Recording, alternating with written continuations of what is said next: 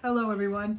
I am going to make a homemade peanut butter no-bake bar that's healthy. I thought I'd share this recipe with you. I've made it once before. Today I'm going to make it a little different. Last time I made it with chocolate chips in it and melted chocolate on top. But today I'm in the mood to make my own. Have you heard about midday squares? Well, they're like $2.50 a square. I'm going to make my own midday peanut butter and jelly square. Right before this video, I did a video of homemade strawberry Chia jam. I'm going to top these bars with some of that strawberry jam once they're done. So this is how I make my no-bake, easy peanut butter bars that are healthy. So I'm starting with, this is not a full container, 1 cup of natural peanut butter. This is about 1 cup of natural peanut butter. You can see it has the oil separated. This might take me some work to get out because I'm going to put that oil right in there. I want all of it. So I don't know if this spatula is going to be the right tool. We're going to try. I try to use natural peanut butter. There's less sugars in it. There's less junk. This is an organic one. And it's really hard to get it out of this container right now with this spatula. I might have used a offset spatula that's in this drawer if I can't get the rest of it. The reason being it's separated so the peanut butter gets without the oil and it gets harder. It's not old, it's just the nature of the natural peanut butter beast. So I could see that I'm going to need another tool to scrape. I'm going to get it out. I'm getting some, but not all. And I'll show you as soon as I get it. You can see there's still a lot in the bottom there. I'm going to try a different digger. Maybe one of these will do the job. So, wow, it's really hard at the bottom. And it's not bad. It's just the oil separates and the peanuts are harder at the bottom. This was a chunky peanut butter. I don't know if that had anything to do with it, but I have no strength. So let's see, it's coming. If this tool works better, here it comes. So you want a cup of natural peanut butter, basically. If you could get your peanut butter out of the jar better than me, or stronger, ask your husband. Mine is not home, so I am going to continue scraping this and be back. I win. It's empty. Holy moly though. This hand is useless. So the peanut butter's in. The rest of the ingredients are pretty simple. We need 1/4 teaspoon of sea salt. So I'm going to put my glasses on so I can make sure I do this right. One of these says 1/4 and I can't see them without my glasses. 1/4 teaspoon is not a lot. And I am measuring because I don't like salt, as you know. I'm not in love with salt, I should say. Which is probably a good thing. I'm not going to measure my vanilla, but you need a teaspoon of vanilla.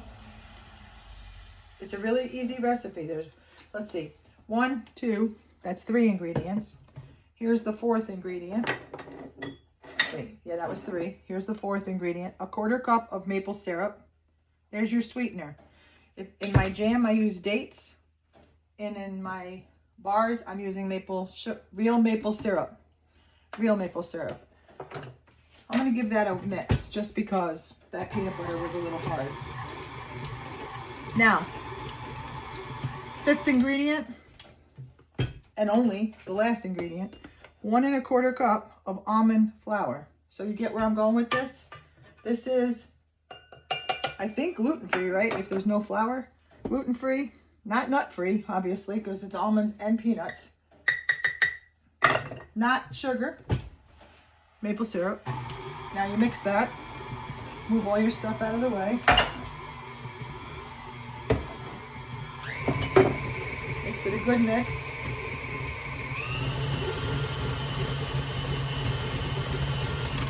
That's really it, guys. Then I take it and I press it into an 8x8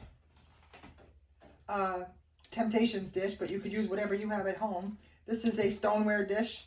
I'm sure you could use an 8x8 brownie pan, a loaf pan, a pie pan, a metal pan. To this point, you can add chocolate chips. You can add anything you want, whatever you feel like doing. Now remember, I started with a chunky peanut butter. I could smell the nuts. A chunky natural peanut butter. This is going to be delicious. So I'm going to put it in, press it all down to the bottom of this, and I'm going to let it set. Then I'm going to add some of my strawberry Chia jam to the top of it. Sorry you see the back of this. This is a really good no-bake, healthy, good for you Midday Square. I just beat you up for less than $2 a bar. Now be careful. If this is something that you think that you can't stop eating, don't make it. When I do these, honestly, when I make these, Dave won't eat this one because it has strawberry jam. He doesn't like strawberry jam. But when I make these, I portion them and make sure I just eat a portion. If you feel like this will be something you will binge on, don't do it. Just don't. I mean, it's not something I'm going to binge on. I know that one bar is so filling for me, but that's it. That is a no bake. Let it sit in the fridge a minute. I don't know. Doesn't have to be refrigerated, but if you're going to not eat them quick, I would. I'm going to refrigerate mine. I'm going to put a lid on it, and I'm going to put it in the fridge, and I'm going to let the jam thicken and put that on top and have strawberry and peanut butter and jelly, my Lori Day squares. Does that help? No bake. 5 ingredients: 1 1/4 cup of almond flour, 1/4 cup of maple syrup, 1 cup of natural peanut butter, 1/4 teaspoon of sea salt. That's it.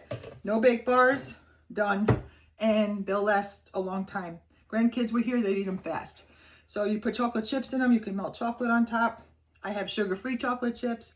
Do it however you want. Make it with whatever you have. If you don't have the natural peanut butter, do it with unnatural peanut butter. I don't know. I want you guys to get these recipes to be inspired, not to tell you what to do. So I hope you have a great day, and thanks for watching.